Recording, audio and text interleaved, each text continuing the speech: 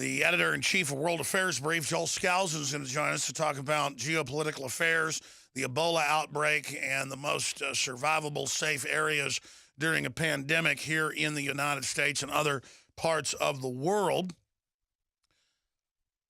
When you're in a car wreck, once it starts, at least in the big car wrecks I've been in, unfortunately, things go into slow motion. They really do. You see that in movies. You read about that. If you've been lucky enough or blessed enough not to be in a really bad car wreck or train wreck or plane crash or something like that, then it's just Hollywood. But if you've lived it, it's real. Joe Biggs talked about being in Iraq and being in a huge IED that blew the back wheels of their armored vehicle hundreds of yards behind him, seeing pieces of paper and dust drifting past his face in slow motion. And that's what this is like, seeing the clearly. This morning I was reading over the news and watching CNN to track what they were putting out, and it clicked 100%. This is scripted. Now, does that mean they released the Ebola to begin with? I don't know. They have a history of doing stuff like that, so they're prime suspects. What I do know is the response is scripted. It is a stand down. And we've said this a lot already, but it really clicked that we are in the hands of a criminal bureaucracy that seized control of Western governments and major Fortune 100 corporations that, for whatever reason, is bringing Ebola here and letting Ebola spread. And the question we have to ask ourselves is, what are we going to do about it? Are we going to sit here while they fly more people in than have Ebola, and while they allow collapsing, not my words, the president of Liberia's words, collapsing countries collapse into the United States because other nations won't take them? Other nations in Europe and the Middle East and Asia. Latin America is allowing the flights in, and the head of Southcom, as you know, last Monday, over a week ago now, 8 days ago, we've played the clip here, came out and said that they think it'll probably get into Central and South America, and if it does, there's going to be a giant influx to come up here. So the United States has a big flashing neon sign bzz, bzz, bzz, out front the diner saying, hey, you're feeling bad? You think you got Ebola? Well, get on an airplane and come here and vomit and project blood out your rear end and everything else, projectile diarrhea, all up and down the hallways of these hospitals. And then the hospital workers and the emergency workers and the police and everybody trying to contain it, they can all get it. Boy, that's a great idea. Just like it's a great idea to shut down most of our power plants and double our power prices. Just like it's a good idea to say that dads aren't good and break up families with tax incentives. Just like it's a great idea to give little kids 50-something vaccines by the time they're 2 years old and see an epidemic of neurological disorders. No, it's a horrible idea from the perspective of we the people, but it's a great idea from the perspective of the eugenicist that might as well be humanoid aliens from a distant star system here running our government, setting up a soft kill program to dumb us down and then kill us. I mean, they might as well be vampires or something from Planet X. They're not. They're psychopathic, sociopathic guilds working together in just a big criminal swarm. It's not even really totally coordinated. They just all work kind of in the same parasitic way. And you can just see the fall of civilization, mass mental illness spreading like wildfire, diseases spreading everywhere. I mean, we are a judged country, like Pharaoh. I was thinking about that this morning. And the judgments that came upon Egypt. An even bigger issue than the virus Ebola itself, now spreading across the world because standard containment procedures were default turned off. Not that they tried to put them in place and they failed. They were turned off. There was a stand down, just like on 9/11. And there has been a stand down here. And the establishment thinks that we're so stupid, maybe they're right, that they're going to get away with this. As you know, over the weekend, we learned that a nurse at the Presbyterian Hospital in Dallas where the first Ebola victim, patient 0, died last Wednesday. He really died on Tuesday. They told us about it on Wednesday. Had contracted it, and that at least 70 healthcare workers came in contact with him, not to mention him vomiting all over the apartment, vomiting all over the street, his children still being sent to school. I'm going to say this again, when they knew he had Ebola. I'll say that slowly. When they knew he had Ebola, at least one of the children was still sent to school.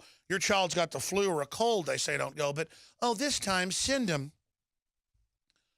And now, Ebola outbreak, UN health worker dies in German hospital. We have a healthcare worker contracting it from someone they brought in Spain last week. And remember, this has a 21-day, 22-day incubation period, may have mutated more to even go longer. And so we'll really start finding out how many people he infected in about a week. Because he infects them a few weeks ago, 14 days, 21 days, pops out. In another 6, 7, 8 days, we should have a countdown here. From my guesstimations, dead reckoning, 6, 7 days, get out a calendar. Hey, guys, will you print me off a September, October calendar, and then some of the dates of when he came in, when he went to the hospital. It was 2 weeks ago, he went to the hospital 2.5 weeks ago. Gets checked in the hospital a week and a half ago, dies last Wednesday. So we're talking 2.5 weeks or so. Yeah, I mean, we're talking 4, 5, 6, 7 days. But then they'll probably cover that up and just let those people continue to spread it. No attempt to track down who was on the airplane he was with or check them. No attempt. No attempt now to quarantine the other 70 medical workers. They're going to let them spread it. And then you know what that means. It means that it goes viral. And not viral like your video goes viral for your rock band or your hip-hop group. The bad kind of viral. Hundreds of people exposed to him, including children.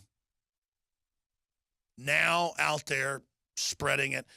And you know the bad thing about Ebola? Most diseases that are in animals aren't in humans.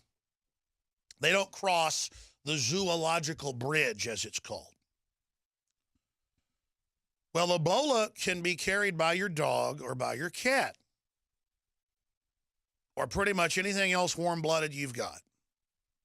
So that's another little added goodie to it all, is that your animals can give it to stray animals, and then it's in the population like it is in Africa, where it's in the monkeys and the fruit bats, and then it's quasi-airborne because the bats fly over and urinate and defecate in the air, and the virus lives in that, and then you inhale it.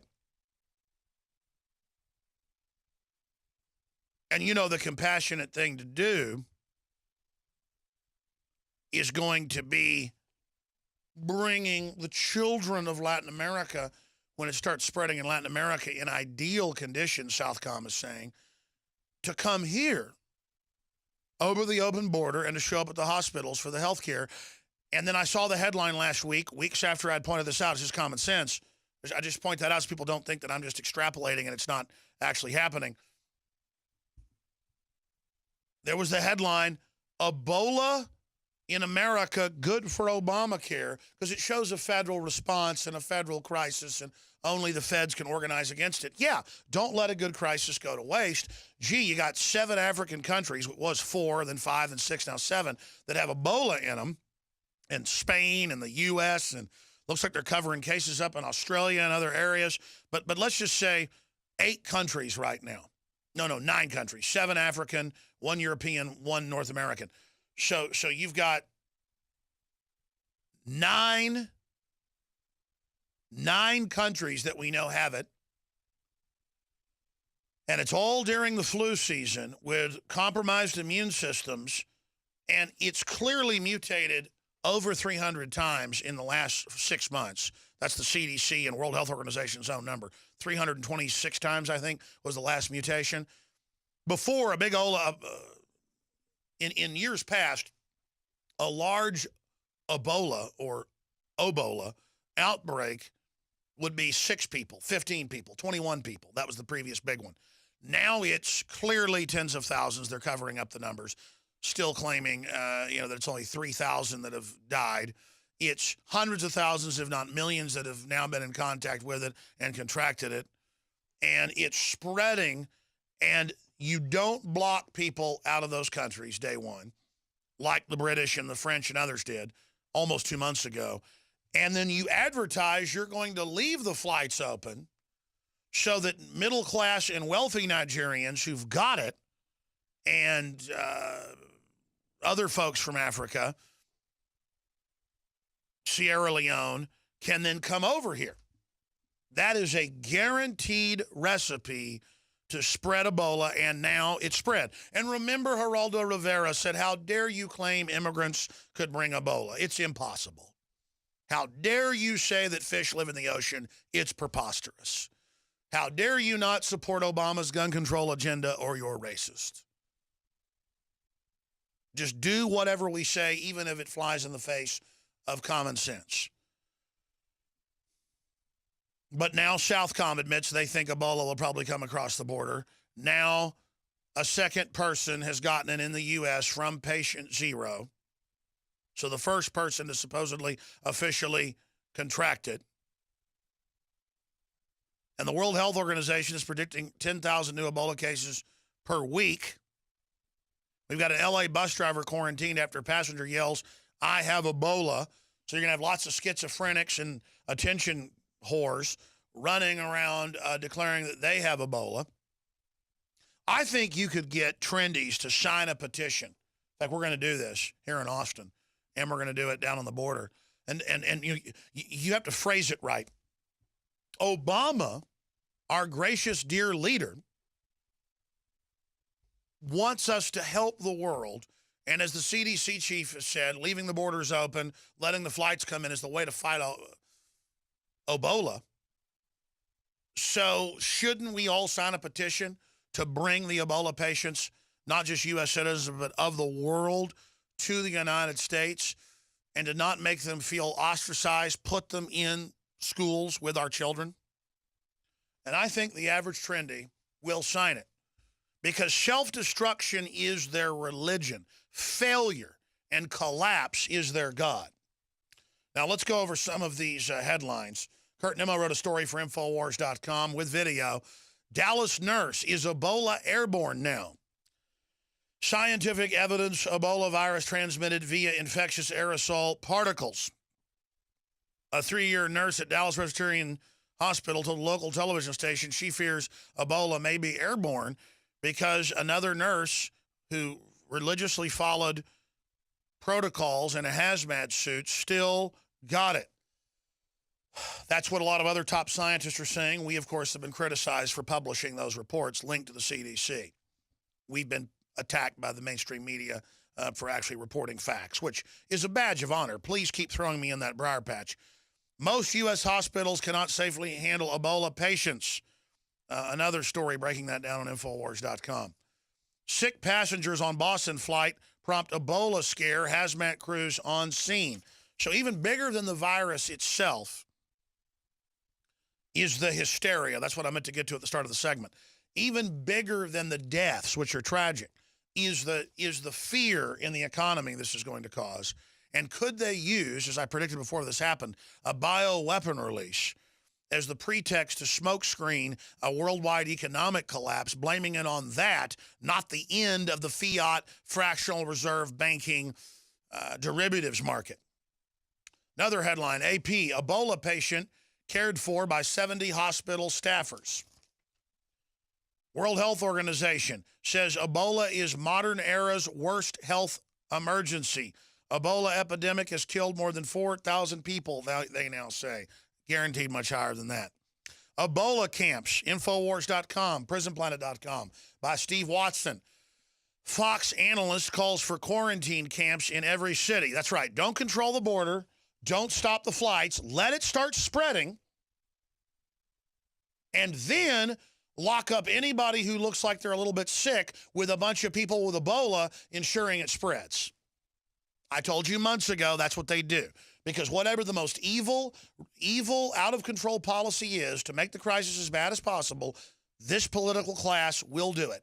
It's how they operate. It's what their mindset is.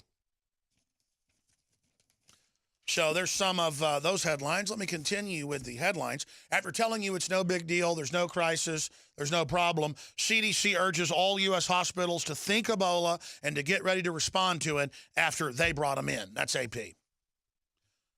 World Health Organization, again, says Ebola is modern era's worst health emergency. Just thought I would throw that out there. They let it get out of control. And now it's going to give the UN and the federal government and all these central agencies more power when they openly say they want to reduce world population. We've got more on Ebola coming up. We will return and get to all the latest and some other news I haven't gotten to, cover some other news and fire out the number. Monday through Friday from 11 a.m. to 2 p.m. Central. We're here live, back weeknights, 7 o'clock Central. I'm your host, Alex Jones. The news websites, again, are Infowars.com and PrisonPlanet.com. The panic that is going to ensue out of Ebola being allowed to come to this country and spread is clearly engineered, clearly contrived, so Obama can put executive orders in, shutting down more power plants, going after the Second Amendment, putting our troops under NATO command outside Congress, launching more wars to support ISIS. That's in the news today. Turkish airstrikes hit Kurds, not ISIS. Turkey wants ISIS to conquer Syria. Yeah, they armed them to begin with. North Korean leader has reappeared in public. That's some of the news that's coming up. But the United States and the whole world is sitting on top of a derivatives and a devalued currency bubble. And I've always said they could use a global pandemic outbreak, whether real or manufactured or exacerbated, or a large regional war as the political cover to implode the world economy.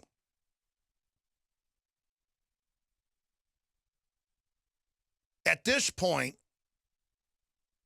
statistically, maybe 200, 300 people have come in contact with patient zero. As they become infectious, let's say half of them become infectious. That's a high number. But let's just say half of them become infectious. That's 100, 150 people. If they don't get instantly quarantined and are allowed to run around and spread it, then you're talking 300, 400, 500 that end up getting it, and then thousands, and then tens of thousands, and then hundreds of thousands, and then millions. And if it gets to the tens of thousands that end up having Ebola, with the way this country's been trained to panic and hide under the table, if the media shows Osama bin Laden sock puppet on TV, it will bring industry and schools and commerce to a standstill of panic. And then the CDC will roll out Obamacare. Who would have thought federalization of healthcare would have helped coordinate it and bring the epidemic under control? That's the type of quote she'll hear. Because if they put real operations into place that they should have done on a micro scale, on a large scale, it will end up stopping it. And now they've set up the model of medical tyranny and Obama's expanded executive order about disappearing anyone with a respiratory illness. That's why they have the headline out today that is so incredibly important in Bloomberg, where top scientists and others are very, very, very, very upset and are saying you should have had separate medical facilities to hold Ebola patients. You should have never brought Ebola patients here to begin with. And the medical workers have to be in full spacesuits, and you have BioShield government level 4 facilities. And so now they're saying they're going to take people to level 4 facilities and build camps around them. But they had to first let it get going, see? And so it's in the news. Oh, the CDC didn't follow its protocol by accident, but now they are, and they're re-looking at it, and they're building these emergency centers for you. Oh, but they're going to keep the flights coming in to prime the pump as large areas of Africa collapses with people piling onto the aircraft to come here. Until it gets out of hand. And they're going to have checkpoints with cops with thermometers, digital thermometers, scanning your faces. The cops are going to be in masks. They're going to be getting it. All because the criminals that run our government brought it here. And you're going to have the media saying, people were down on Obama at first, but his response to it, he looked like a great leader. Look at him in a hazmat suit visiting people at the Ebola camp in New Jersey. He's got a lot of courage. Well, it's his dedication. Sally, back to you. I mean, you can see the whole stinking rollout of this scripted event, and it makes me want to throw up.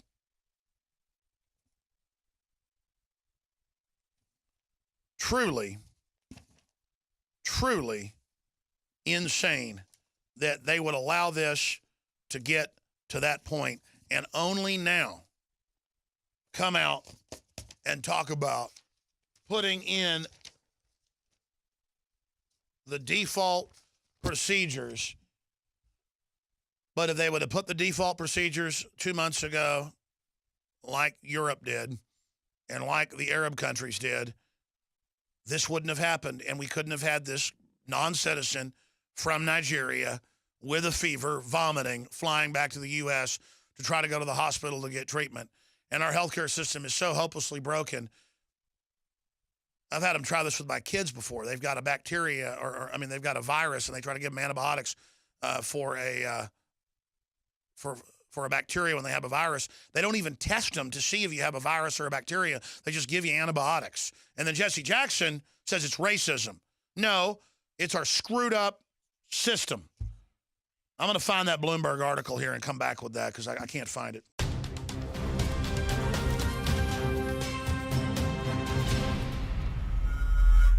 In the past decade, we have witnessed unparalleled scientific discoveries in the area of health. But no one has put together a formula that focuses directly on brain health, nerve growth factors, and optimizing your cellular energy at the same time. DNA Force is one of the most expensive formulas to produce. Some of the ingredients in DNA Force are $12,000 a kilogram. We are using the coveted, patented, only American source of PQQ, CoQ10, and more. You want the best that's out there at the lowest price anywhere? Well, we're bringing you a total win-win. The ultimate value, cutting-edge, trailblazing game changer that also supports the InfoWar. We have produced a limited run of DNA Force, and it will take up to 12 weeks to produce more once we sell out. Secure your DNA Force today at InfoWarsLife.com or call toll-free 888-253-3139. DNA Force from InfoWars Life.